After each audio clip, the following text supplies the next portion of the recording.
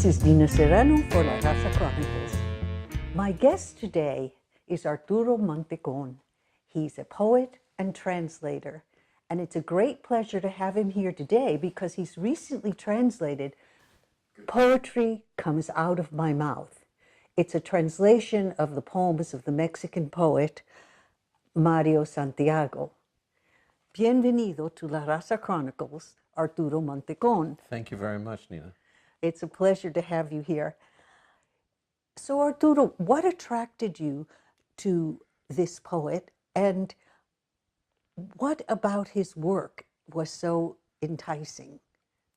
Well, what attracts me to the poets that I've translated so far, among them being Leopoldo Maria Panero and Francisco Ferrer Lerín, and now Mario Santiago Papasquiaro, what I've looked for is someone who has not been translated at all into English or has been under-translated. And having translated two Spaniards, Panero and Ferrer Lerín, I was looking for a Mexican writer. And I contacted my friend Leticia Schmill, and she recommended Mario Santiago Papasquiaro, who I'd never heard of. But once I got a hold of his work, I saw that this was something I could really get my teeth into. What about it? Well, what I liked about him was his just very raw, visceral poetry. It was a poetry that really, in most cases, was not tempered by any kind of reason. That is not to say he was an irrational man. He was quite rational. It's just that, like the Beats, whom he admired very much, he felt that first thought was always the best thought. He didn't edit. He didn't go back and polish. He wrote on the fly, as it were. And he wrote most of his work on napkins, inside of books that he was reading, flyers for the grand openings of Chinese restaurants, that sort of thing. And the people that have been collecting his work have had to look into all sorts of places to collect it. So that is basically what attracted me to him, was his spontaneity and really his power. There's a lot of dross. What's dross? There's a lot of let me give you another metaphor. There is a lot of mud you have to go through with Mario Santiago in order to get to the gold, but there's enough gold there to make you forget about the mud. A lot of it is unclear. It seems to sometimes he seems to be going to no purpose, and then he comes up with several lines that just blow you away. Well, let's hear some of this. This one is called In the Gateway of the Clouds, the original title being En el Zaguán de las Nubes. And it is about the custom of the Huichol and the Mazateca of using peyote and psychedelic mushrooms in order to gain their visions. The Huichol in particular have this mountain that they climb every year, and at each level of the mountain there is a certain ceremony that is to be accomplished. In the Gateway of the Clouds, for Patricia Rodriguez Acosta. Because we are all the children of a brilliant and colorful flower, a blazing flower, and there is no one who laments what we are. And that is an epigraph in the form of a Huichol song. Now the poem itself.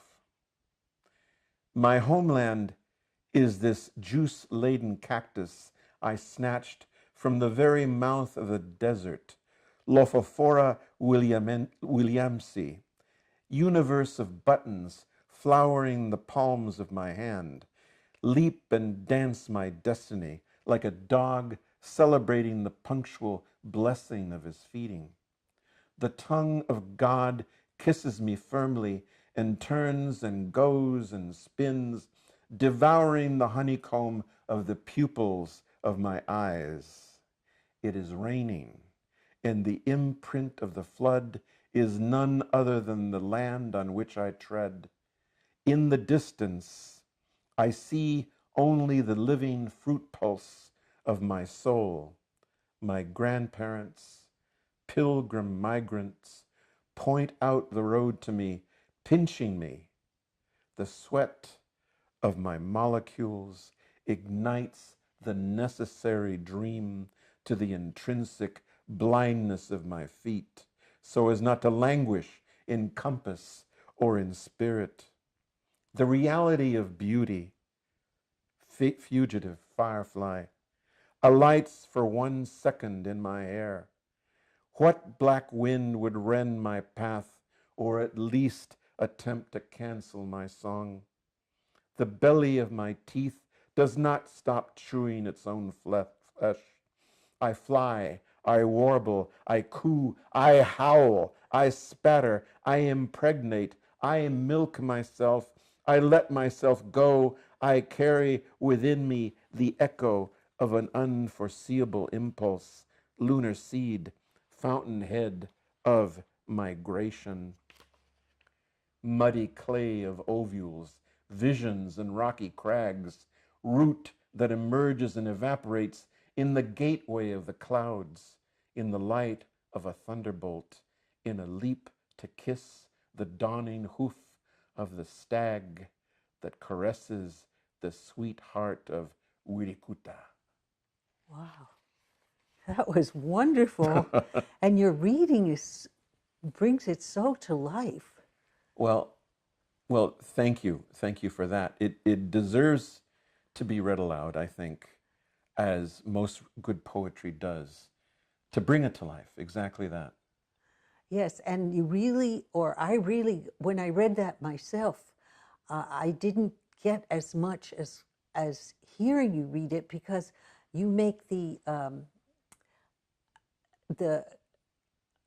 hallucinogenic qualities come out in your reading, because they're doing rituals at each of these Yes. stations, and they're basically peyote rituals. Another? Of course. One thing, I should say something in as a sort of preparation for the next 3 poems.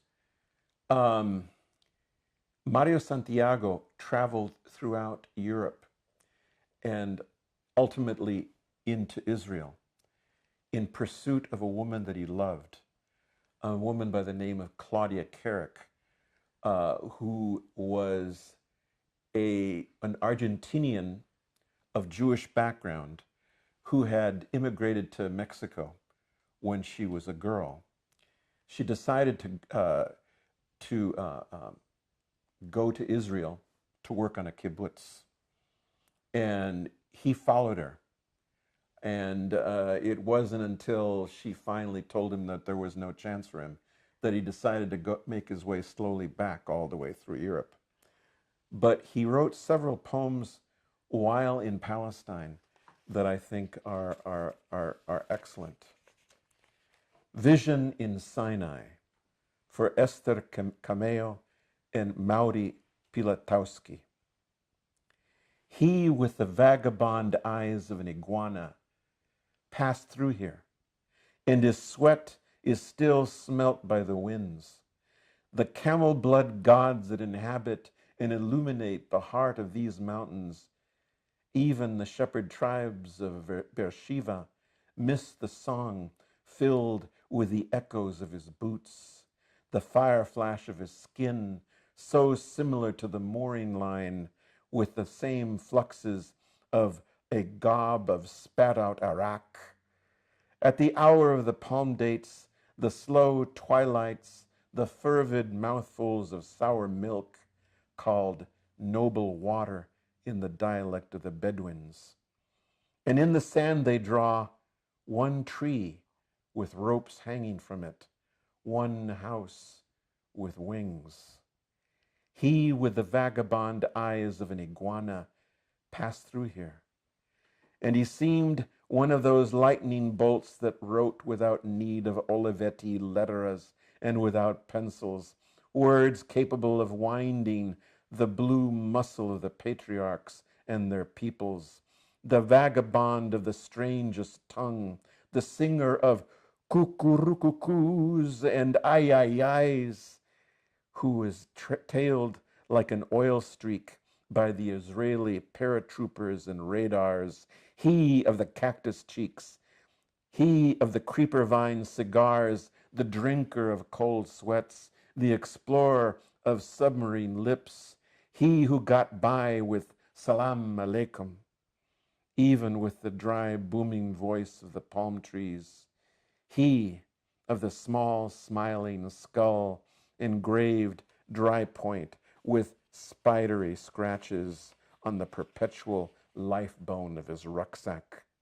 He who kissed the most seldom arrival of the rains and opened up as only the earth has ever done, and opened up as though in that moment all of us were going to die. Tremendous. He has a real sense of himself as a Mexican, doesn't he? Yes, he does. He felt very, very Mexican in both Israel and throughout Europe. He was muy indio in appearance, and his wife's nickname for him was ojos de nutria, otter eyes, because he had tiny little beady eyes. He was a very small man, maybe about 5 foot tall, and very pugnacious, but a small man. Another from the same area, from Palestine, Sinai, Bedouin tent, blessing of shadows. At the hour when kindling is cut, the omniscient eye of the S-U-N, the ark that you float among the dunes, radiant hallucination, dromedary hide, wild opium, pore to pore the desert is yours and it sustains you. Pillar to post, silent dust devil, stony copulation, sculpted before the dementia of the sea, crescent moon hashish, fortified house for love and adventure, bramble most red, calico touchstone. I had mentioned his love of the beats, Kerouac, Ginsberg, Rexroth, and he writes poems about all of them. Someone has remarked that there was a lot of the fan in Mario Santiago. They said that one could imagine him going with an autograph book to these men like Kerouac and Ginsberg and Cassidy, and asking for their signatures. This is called The Last Ballad of the Sun. Is this written in Mexico or Palestine? This was written in Mexico. Yeah, we've left Palestine now. Okay. To be sung in the open grenade mouth of the metro. What sage in the darkness? It's a quote from Allen Ginsberg. What girl will accompany us on these early mornings, almost dead, under this wind, half animal, half statue, 70% stuffed macaw? What girl will accompany us? What revolver? What song? Will the shaken shell of her thighs be a tribal bonfire? The incense stick of her clitoris, a flower shop aroma of gladiolas? Will the ghost town of my mouth appear among the rocks of her genital maps? Amidst the kaleidoscope arousal of her pallid fires? will the high seas burn within her? Will the chromosomes of her sailing ships have wings? What girl will cure us in the sun now that blood is for us tachycardial ink of a bewitched octopus? Because the stone axe music of the Who, embossed on the udders of a green spectre, unavoidably draws near, tambourine jangling, a clear foretelling of swamp plowing adrenaline. What sage in the darkness, says Allen Ginsberg. What stink of a fight. What explosion in the emergency exits on the way to Desolation Pub, on the way to the Oblivion's factory. Which among all the girls will be the one who will come near with her right nipple and a devil flower underlining her eyes?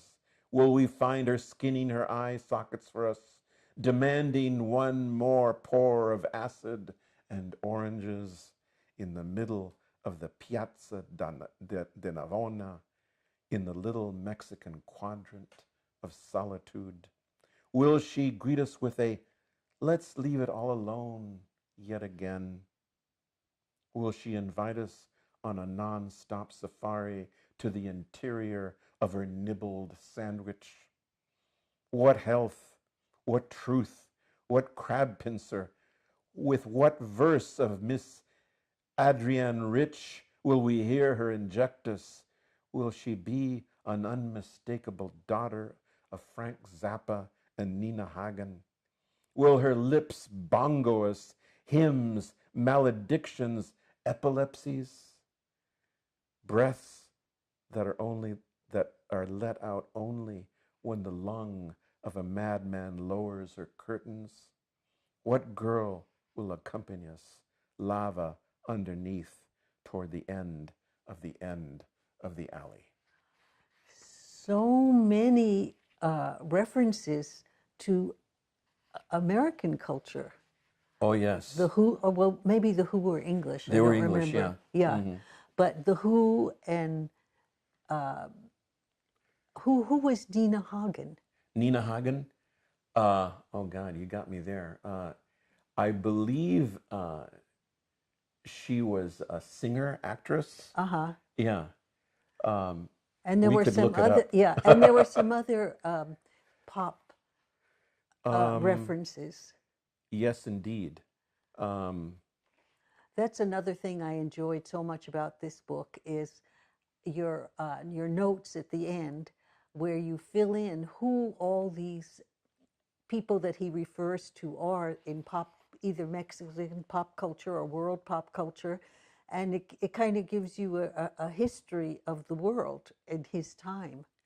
Yeah, there's a poem that's in the book that is about Tintan and Yes. Tongolele, and it must have had 10 endnotes to it, 10 footnotes, just to explain Who all these? to the Anglophone reader who these people were and what are these references to, you know. But That was part of the enjoyment for me of reading it, was this cultural history at the same time. oh, yes, yes, yes. He's very much into American literature.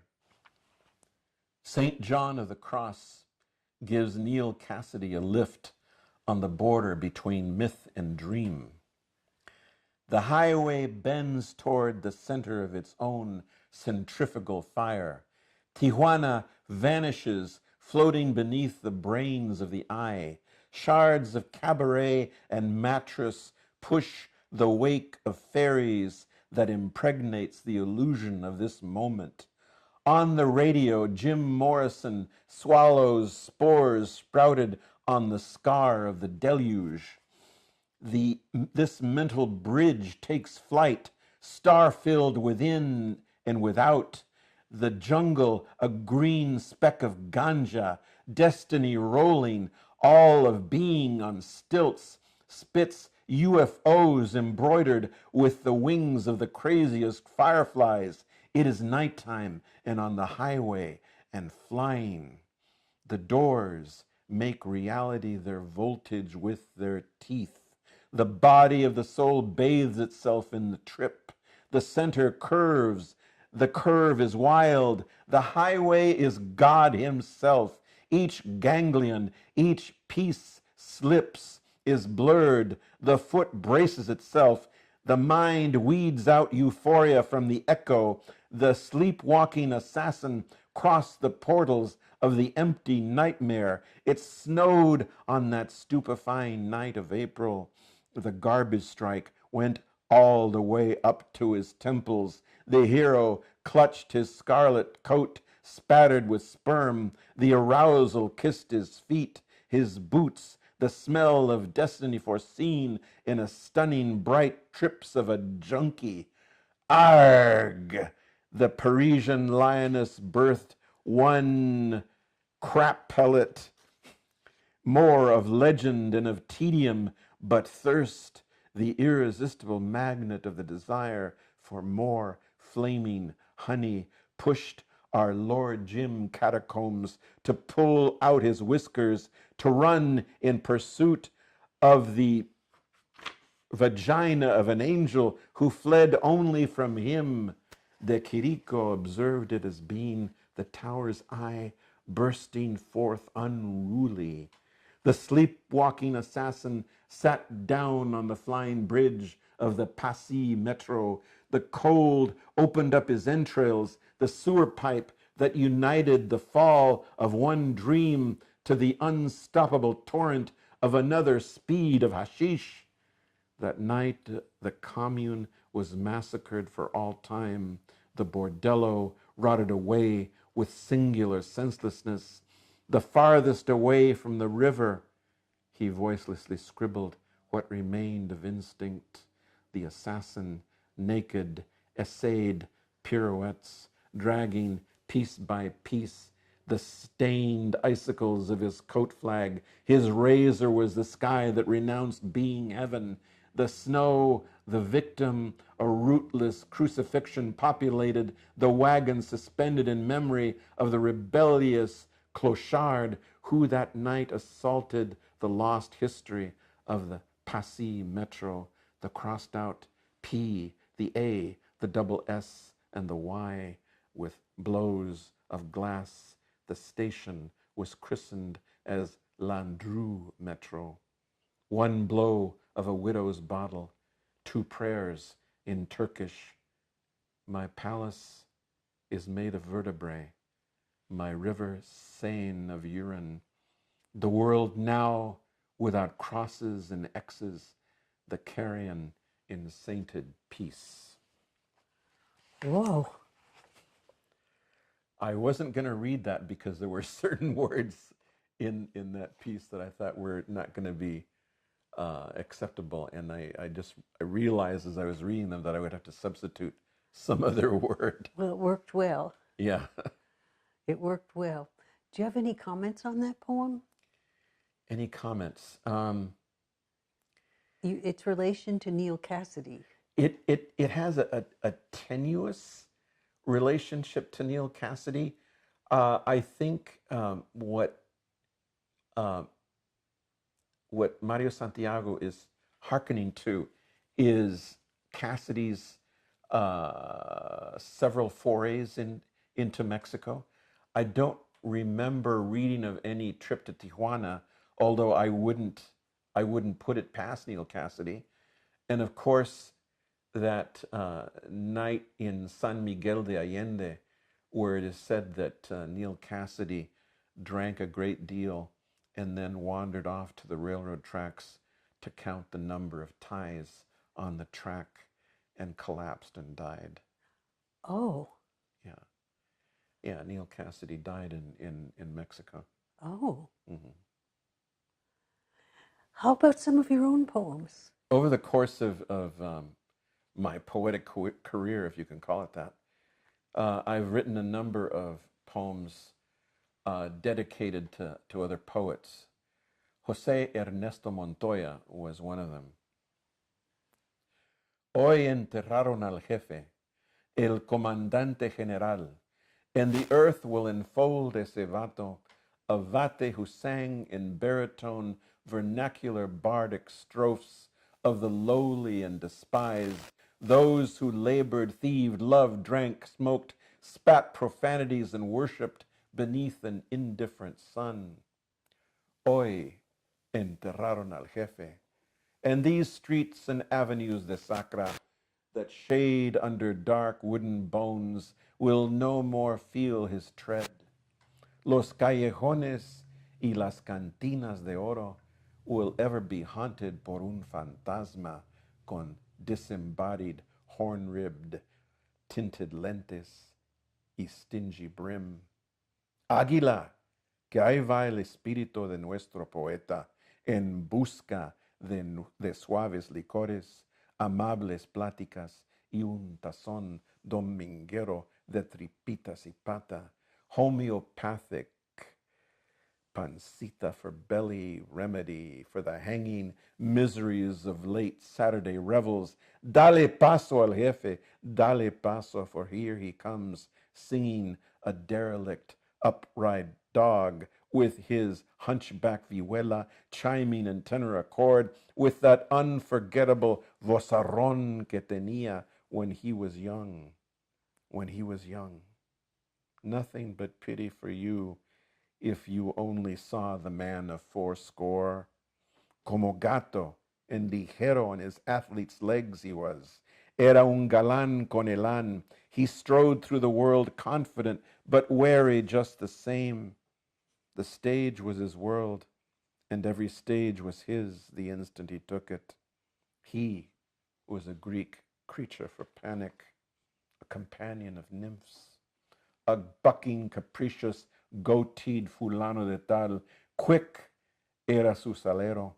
He punned like a chuked-out Gertrude Stein. Arroz es arroz es arroz.